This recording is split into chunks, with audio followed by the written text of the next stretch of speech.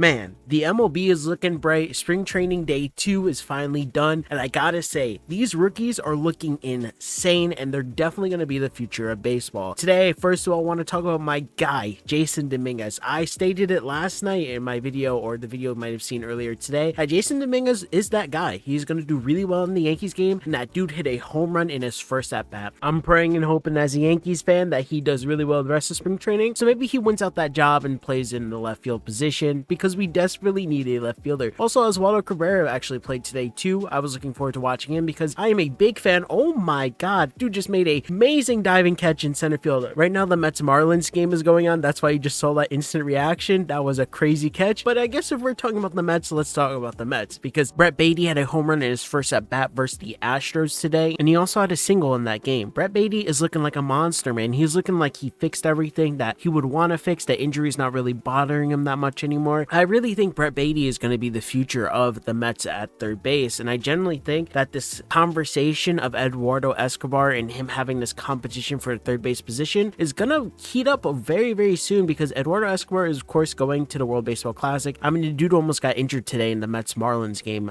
Poor guy. I'm glad he's okay, but it would have been crazy if he got injured, because at that point Brett Baty, you're hoping that he could carry the Mets third base position for the foreseeable future. But I do really think if Eduardo Escobar doesn't have a good 2 months in the big leagues once the season starts, I think Brett Baty comes up immediately, because they need someone to fill that position. If Brett Baty can play, let the kid play, man. I'm all for letting the kids play, especially when it comes to my favorite teams. So yeah, I guess on the topic of the rookies, before I deep dive into the Mets Marlins game, because that's really what I want to talk about, I just want to mention that Gabriel Moreno, the one that actually got traded from the Blue Jays in that Diamondbacks trade for Dalton Varsho, actually had a nuke in his first at bat. It was versus the Athletics today, and I'm just showing you guys because then this kid is gonna rake. And I generally think if that kid just could make his catching a little bit better, like his defense, and he has that bat, man, this kid's gonna be electric for the Diamondbacks. I really do like their core, man. That's all I'm gonna say about that. But yeah, today I really want to just talk about the Mets, because the Mets Marlins game is electric. Polar Bear Pete is looking like he's in an MVP form. I'm really about to bet on this man to win the NL MVP next year. This guy went 3 for 3 today in his first game. He's ready for the World Baseball Classic. It's gonna be so fun watching him represent Team USA. A bunch of the players I'm looking forward to seeing come opening day for the Mets, they're all showing up, man, and I'm really happy that they are. Francisco Lindor is looking nice on the base paths. He's making some stellar plays at shortstop. And also a big thing actually about the Mets Marlins game is Keith actually said this.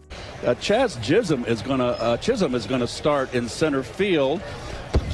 Of course, we know Jazz is not playing right now, or in his terms, Chaz. He might have made a really big mistake, but that's okay. One thing that the broadcast brought up with the new pitch clock rules is that after someone throws to the first base position twice, the runner that's on base is actually going to take a huge leap forward and try and steal a bag, and that happened a lot earlier in the Mets Marlins game. People were trying to steal every single time, and partially that's because Nito was behind the plate. And we know Nito kind of does have that gun, but they were just testing him a little bit, and the Marlins looking like they're going to be a team that steals a lot. They got a lot of speedy people. I think this is going to be amazing, because we already see it in one example in one game where a team that has a lot of speedsters are already stealing bags every time they can. I think it's going to be really interesting to see the stealing numbers come the end of the 2023 season. And I know it's just one spring training game. This could just be an anomaly, but I think this is a good sign for baseball, because I think stealing is one of the funnest things in baseball. It's such a unique thing that happens every so often that when it is done right and someone does a stellar job, whether that be getting the runner out or someone just stealing a bag. Like I remember when I was younger, Johnny Damon stealing that bag for the Yankees actually helped them a lot in the World Series push. But anyways, enough of that. Enough of me talking about my Yanks. I kind of just want to talk about other things that happened in the sport of baseball today. We saw the first time that the pitch clock actually got a game pretty much canceled to a sense. Of course, in spring training, there's no extra innings. It was bases loaded, top of the ninth,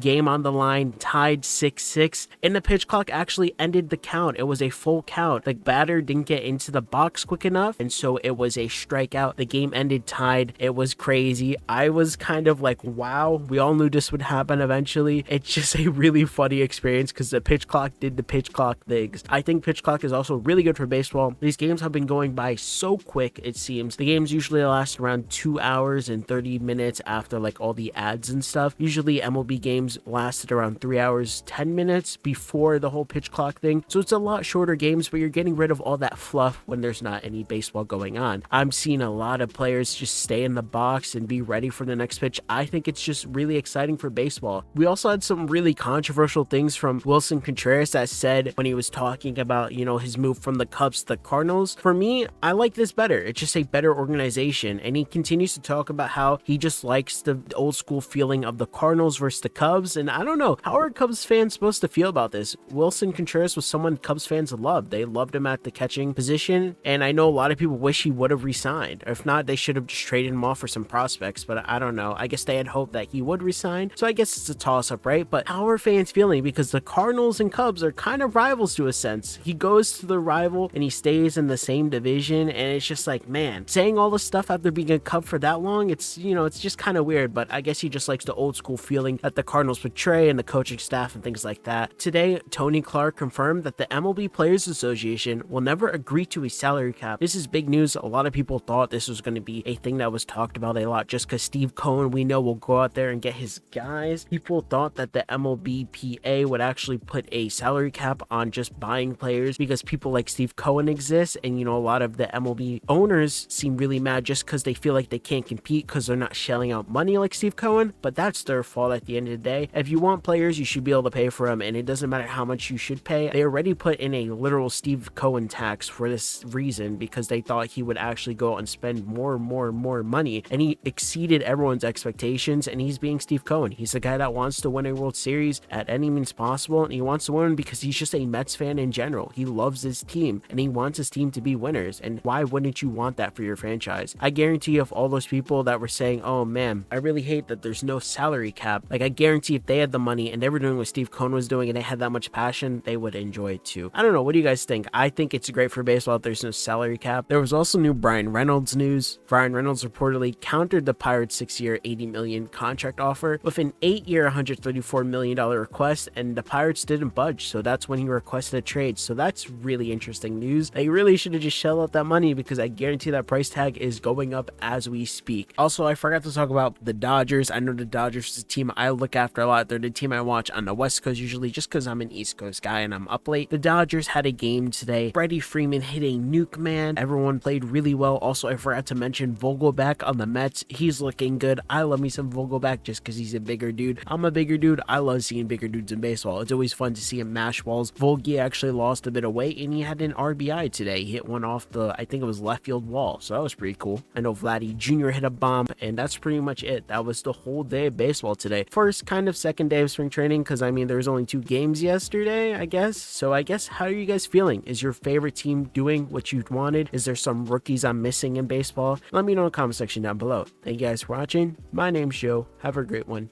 Bye.